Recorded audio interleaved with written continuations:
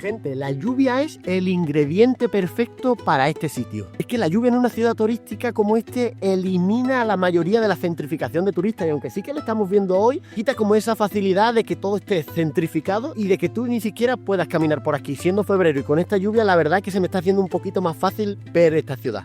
Es como que se elimina lo que es el parque temático y es como más un pueblo, ¿sabes? Como que hay turistas, pero no son esos turistas que molestan. Aún así, nos vemos hoy llenos de turistas con cámaras de 3.000 euros que ni saben usar y comprando paraguas a estos vendedores de la calle para intentar tomarse la típica foto sujetando la Torre de Pisa. Pero aún así, si indagamos un poco en Pisa, nos damos cuenta de que no es tanto una postal y de que tiene su parte no tan contada. Realmente este vídeo va a ser un vídeo corto, pero es uno de los vídeos que he hecho para el canal que más te gusta. Así que espero que si ya me sigues o que si es la primera vez en el canal te suscribas, le dejas like y continúes el vídeo porque te prometo que al final te va a gustar.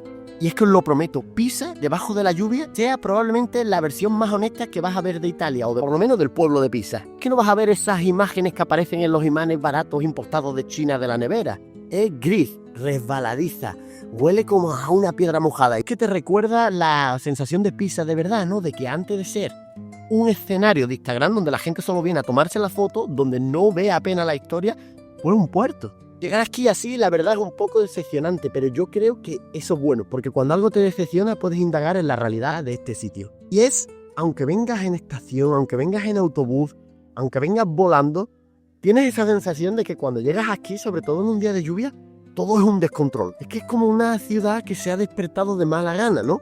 Y eso, por mis viajes al norte de Italia, creo que es una sensación que muchos de los que seáis viajeros conoceréis. No es lo mismo el norte que el sur, y aunque ahora realmente no estemos tan al norte, es esa sensación que me da, sobre todo con los días de lluvia. Aunque no están tan masificados como días de sol, hay cientos de personas empapadas con ponchos de plástico, como os he dicho antes, paraguas que acaban de comprar a personas que se están buscando aquí la vida, vendiéndolo en la calle, intentando mantener lo que yo llamo el pacto de Instagram, es decir, el pacto de hacerse la foto con la Torre de Pisa doblada, que yo quiero hacérmela solo por la gracia. No vienes a entender nada, vienes a cumplir la función. Colocas en el sitio exacto, levantas el brazo y ahí tienes para lo que has venido. Lo de siempre, ¿no? El interactuar con la torre, el hacer como que la sujeta, el hacer como la empuja y básicamente el interactuar con algo que no necesita que interactúes con ello. Y lo peor de todo es que nadie parece molesto por repetir el mismo gesto que repiten millones de personas a diario. Es como si hubiese un alivio colectivo en la repetición, ¿no? Es como que llega, hace la foto y dice, vale, ya he estado en el sitio, ya me he hecho la foto. Probablemente yo también me hago una foto para mi Instagram. Esa no funciona como esas ciudades que funcionan como un relato en el que descubres poco a poco la ciudad. Pisa funciona como una lista de tareas que hacer porque tampoco hay mucho que ver y lo que ves está súper concentrado, la verdad.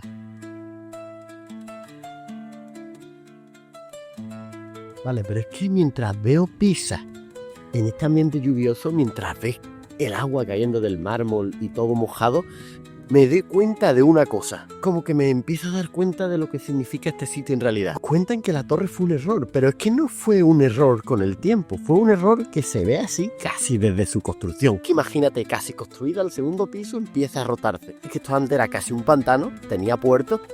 Empieza a decir, yo no puedo aguantar esto. Pero es que aquí quizás llegue la parte que a mi parecer es la más humana de todo. Es que aún sabiendo lo que ocurría en este sitio, siguieron construyendo. Eso a mí personalmente creo que es lo que más me obsesiona de este sitio, ¿no? ¿Cuántas veces en la vida como que nos damos cuenta que algo no funciona? Ya sea una pareja, ya sea un trabajo, ya sea un piso donde te has mudado, ¿no? ¿Cuántas veces decimos, esto no funciona? Pero empiezas como mentalmente a decir, bueno, ajusto un poquito aquí, cambio un poquito tal, y como que alargas eso, ¿no? Y normalmente esto no es que se haya alargado, esto es que han construido sin quererlo como una pequeña parte de la historia donde cientos de años después vienen turistas a verlo. Y no es porque creas que va a salir bien, es como que ya has empezado esa relación, ese trabajo, o en este caso esta estructura, y es como ya has invertido tanto dinero, ya has invertido tanto en eso que es como, ¿cómo voy a parar ahora? Yo creo que las personas que construyeron esto no sabían el impacto que esto iba a tener en el mundo, porque es que Pisa realmente se conoce en casi todo el mundo. Me salté un poco la valla para grabar y sí, os puedo asegurar que esto antes era un pantano. ¿Cómo tengo los pies? Pisa a mí me recuerda algo súper antagónico, ¿no? Y como nos recuerda que si sigues algo malo, si sigues algo que desde el principio te chirría en la mente, sabes que no va a funcionar, puede que lo conviertas en algo que con el futuro sea bueno, pero que no se ha construido tal vez. No sé, son maneras y paranoias de pensar mías raras, pero eso es un poco a lo que me recuerda a estas zonas o estas plazas. Es que yo creo que inconscientemente la gente que visita Pisa le gusta tanto porque el ser humano tenemos una tendencia a que cuando vemos algo que no está bien hecho, como que nos tranquilizamos por dentro. La mayoría de seres humanos tienen en la cabeza como que cuando ven algo que no está perfectamente hecho, les gusta. Y no les gusta por el motivo de que esté mal hecho, simplemente es como que les tranquiliza. Y de una manera subconsciente creo que, por ejemplo, si hacen algo mal en el trabajo es como, bueno, hay gente que ha hecho cosas peores y mira, aún así salió bien.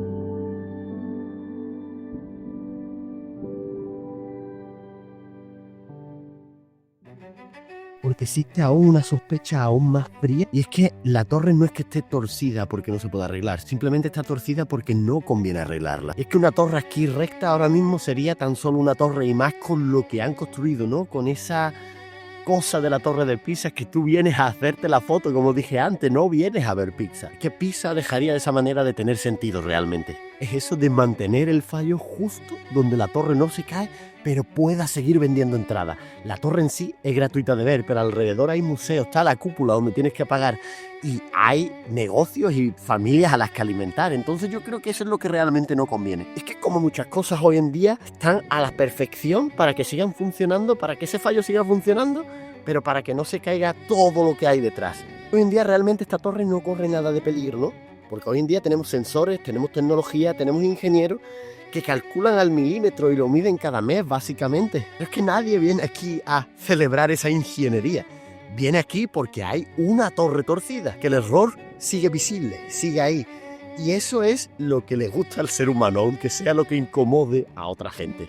Vale, y es que aquí hay otra teoría no demostrada, pero que se sigue pasando de generación en generación, y que se dice que los que construyeron esta zona querían de alguna manera denunciar o demostrar de que este suelo en la época, cuando el puerto estaba aquí, cuando esto era todo barro alrededor, no podía sostener todas las edificaciones que realmente querían hacer aquí. Esa torre, como primera fuente de construcción, fue su manera de decirle a los de arriba que no escuchaban que todo se iba a joder aquí, todo lo que se construyese. De hecho, la catedral, el dom, todo lo que hay aquí está un poco torcido. No se llega a ver, no se llega a notar tanto como la torre, pero todo lo que está aquí está torcido. Y de hecho, ahora os lo enseñaré, se puede ver que el suelo no está recto. No sé si se apreciará en cámara, pero no hay un suelo recto. Tiene como curvas, ¿sabes? Y es que Pisa deja de ser una ciudad bastante histórica para convertirse en un reflejo de lo que se ha convertido la sociedad hoy en día. Que vivimos rodeados constantemente de cosas así, ¿no? De sistemas que vivimos rodeados de que sabemos que no se van a arreglar, pero como que si adoramos ese fallo, parece que nada pasa y el fallo sigue ahí y es como una risa, ¿no? Convertimos un fallo en algo a elogiar, en algo a lo que hacerse fotos con eso. Y creo que es una metáfora bastante bien buena de cosas que pasan en la sociedad que vivimos hoy en día.